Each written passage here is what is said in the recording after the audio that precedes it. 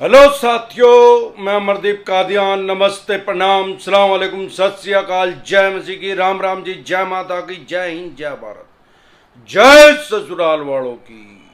साथियों, आपका स्वागत है डिसेंट फैमिली में। साथियों, आज हम बात करेंगे, आपका कोई सिक्योर लोन है, मकान, दुकान, जमीन जायदाद, फैक्ट्री, कारखाने का, तो उसमें आपकी सेटलमेंट कैसे हो सकती है। साथियों, अगर आप किस सिनेरियो में बैंक या एनबीएफसी कंपनी सेटलमेंट करते हैं, जैसे आपने देखा होगा आजकल बहुत सी एनबीएफसी कंपनियां नंगड़ हो चुकी हैं, बिक चुकी हैं, और बहुत सी ऐसी हैं जो बिकने की कगार पे हैं, बिल्कुल नंगड़ हो चुके हैं, बैंक करप्ट हो चुके हैं। उनको कोई अन्य बैंक या एनबीएफसी कंपनी उनको खरीद रही है। अब सवाल यह है कि जो कंपनी उसको खरीद रही है, क्या वो लोगों को लोन दे रही है? उसका जवाब है नहीं।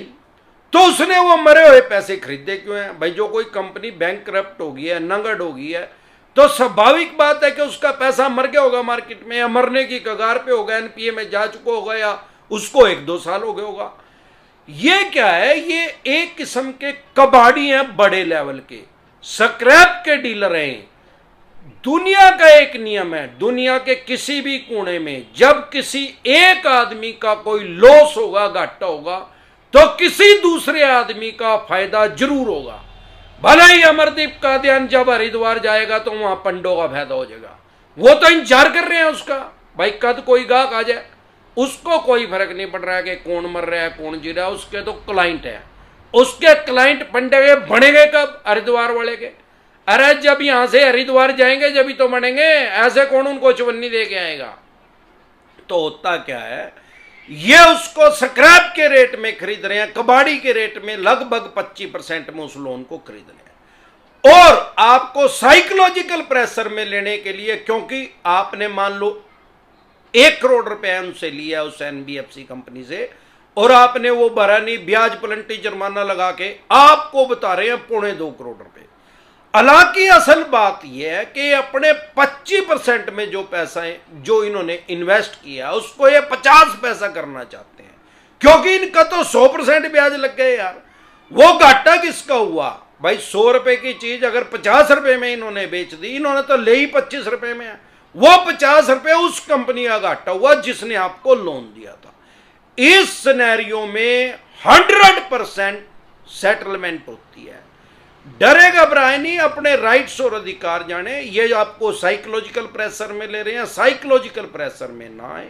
खास तौर पे ऐसी कोई कंपनी अगर आपने लोन ले रखा है, और बहुत सी एनबीएफसी कंपनी नगद होने की कगार पे हैं, बैंक करप्ट होने की कगार पे हैं, वो भी सेटलमेंट इजीली कर लेती हैं, क्योंकि उनको पता है जब वो मार्केट में अपना माल बेचेंगे, ये लोन बेचेंगे, तो 25% मैक्सिमम बिकेगा। हो सकता है 15% में बिके, या 20% में, या 25% में, मैक्सिमम 25% तक उसका सामान बिकेगा। तो वो भी इजिली 30-35-40% तक पैसा आपसे ले लेगा, नहीं तो उसका 25% में बिकेगा।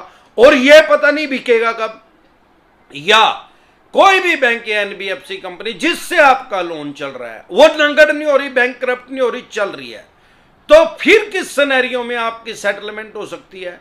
आपकी मार्केट वैल्यू कम हो, भाई मान लो आपने 5 करोड़ का लोन देना है और उसकी मार्केट वैल्यू ही 2 करोड़ और 2.5 हो, 3.5 हो, आज की डेट में कम हो रही हो। भाई जिस टाइम इन्होंने लोन दिया था उस टाइम तो इन्होंने मार्केट वैल्यू देखी थी। ऐसा तो है नहीं कि इन्होंने 2 करोड़ की प्रॉपर्टी के ऊपर 5 करोड़ का लोन दे दिया था आपको। लेकिन अगर वो मंदे की चपेट में आके उसका रेट कम हो रहा है तो ये आपके साथ इजिली सेटलमेंट कर लेंगे, क्योंकि इनको पता है इस प्रॉपर्टी की अगर ऑक्शन कर दी, सेल कर दी, तो ये पैसा इनका कवर नहीं होगा। क्योंकि कोई भी बैंक या एनबीएफसी कंपनी जब किसी चीज को ऑक्शन करती है, बोली करती है, तो मैं जहां तक बैंकिंग को समझता हूं उसका मार्केट के रेट पे कभी भी माल नहीं बिकता, हमेशा उसका कम रेट में बिकता है। अगर आपकी प्रॉपर्टी कीमत 5 करोड़ रुपए, आप उसको 5 की बेच सकते हैं, 4.5 की बेच सकते हैं। जब ये बेचेंगे तो 3-3.5 की मुश्किल से बिकेगी। क्यों?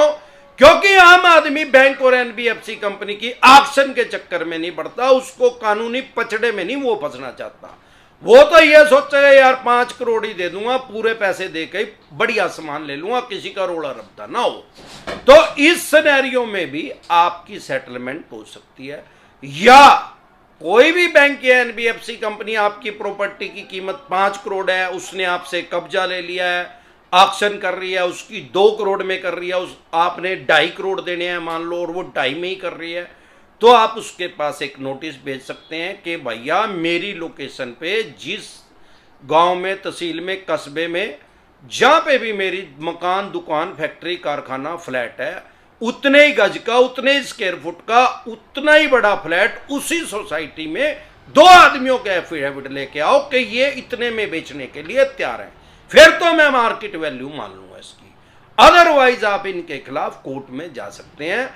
अब लोग कहते हैं कि हमने तो एग्रीमेंट कर रखा, वो एग्रीमेंट भी लॉफुल होना चाहिए यार। एग्रीमेंट में तो सारी नियम शर्तें इनकी तरफ की लिखी हो, यहाँ आपकी तरफ की तो एक भी नहीं है। वो एग्रीमेंट भाई, यहाँ कोई ऐसा सरफेसी एक्ट तो है, लेकिन सरफेसी एक्ट 2002 के तहत ये आपकी प्रॉपर्टी को नीलाम तो कर सकते हैं, ये 2002 में एक्ट पास हो गया है, लेकिन इन्होंने, इस एक्ट ने आपके राइट्स जो है, आपके अधिकार जो है वो खत्म नहीं किए कोर्ट में जाने के। और ना ही हमारे देश में कोई ऐसा एक्ट आ सकता, क्योंकि ये वर्ल्ड की सबसे बड़ी डेमोक्रेसी है, दुनिया का सबसे बड़ा लोकतंत्र ये हमारा भारत देश है। इसमें कोई भी ऐसा कानून नहीं आएगा कि आपके राइट्स और अधिकार को खत्म कर दिया जाए। दिक्कत परेशानी कहां है कि आपको अपने राइट्स और अधिकार नहीं पता, इसी कारण करोड़ों आदमियों की एक्शन हो जाती है। वो सोचते हैं कि हमने तो लिख के दे रखा, अरे लिख के देने नहीं यार, ये तो उसमें टांग काट देंगे, लिख लेंगे, ये तो लिख देंगे भाई इतने टाइम के बाद अगर 3 EMI डिफॉल्ट होगी तो इसकी टांग काट दी जाएगी चौक पे खड़े करके। अरे यहाँ कोई तालिबान है क्या भाई? सरिया कानून यहाँ लागू हो रहा है क्या भाई? आंख फोड़ दो किसकी, अमरदीप कादियान की, अगर EMI नहीं दी तो।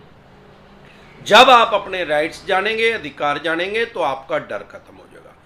इसी तरह की या किसी भी तरह की कोई भी दिक्कत परेशानी आपको या आपके यार प्यारे रिश्तेदार को आ रही है, तो आप हमारे साथ टेलीफोनिकली भी जुड़ सकते हैं या पर्सनल मीटिंग भी कर सकते हैं। फिर आपका लोन 2 करोड़ का है, 5 का है, 25 का, 50 करोड़ का है, जितने भी करोड़ का है, आपके पास लोन से रिलेटेड जो भी डॉक्यूमेंट्स है वो सभी लेके आप मेरे से पर्सनली मीटिंग कर सकते हैं, पर्सनली एडवाइस ले सकते हैं, या टेलीफोनिकली भी एडवाइस ले सकते हैं। हाँ, एक बात और मैं कहना भूल गया कि अगर आपने कोई प्रॉपर्टी ले रखी है लोन पे और उसके अंदर कोई रेंट पे आदमी बैठा है, किराए पे है, या आपने किसी को लीज पे दे रखा है, पट्टानामा किसी के नाम करवा रखा है, तो भी कोई भी बैंक या एनबीएफसी कंपनी तब तक उसका कब्जा नहीं ले पाएगी जब तक वो पट्टानामा, लीज एग्रीमेंट या रेंट एग्रीमेंट की डेट बची हुई होगी, बशर्ते कि वो रजिस्टर्ड हो। आप तो उसको चैलेंज नहीं कर सकते, वो आदमी चैलेंज उसको कर सकता है जिसने वो रेंट पे ले रखा है, लीज पे ले रखा है। वो उस बैंक या एनबीएफसी कंपनी के पास नोटिस भेज कर उसको चैलेंज कर सकता है कि भाई ये मेरा लीज एग्रीमेंट है, रेंट एग्रीमेंट है, मैं इसको खाली नहीं करूंगा जब तक ये टाइम नहीं होगा, ये आपके पैसे दे चना दे। तो अगर आप हमारे साथ टेलीफोनिकली जुड़ना चाहते हैं, पर्सनली मीटिंग करना चाहते हैं, आपकी स्क्रीन पे कमेंट बॉक्स के अंदर एक नंबर आया हुआ है 9306347314। इस नंबर को सेव करके व्हाट्सएप मैसेज करें, तुरंत प्रभाव से रिप्लाई आएगा कि कैसे आप हमारे साथ टेलीफोनिकली जुड़ सकते हैं या पर्सनली मीटिंग कर सकते हैं। इस नंबर को सेव करके डायरेक्ट कॉल करेंगे या व्हाट्सएप कॉल करेंगे, कोई रिप्लाई नहीं आएगा। इसको सेव करके व्हाट्सएप मैसेज करेंगे तो तुरंत प्रभाव से रिप्लाई आएगा। एक बार जोर से मिलकर नारा लगाएंगे, समझ गए? जय ससुराल वालों की।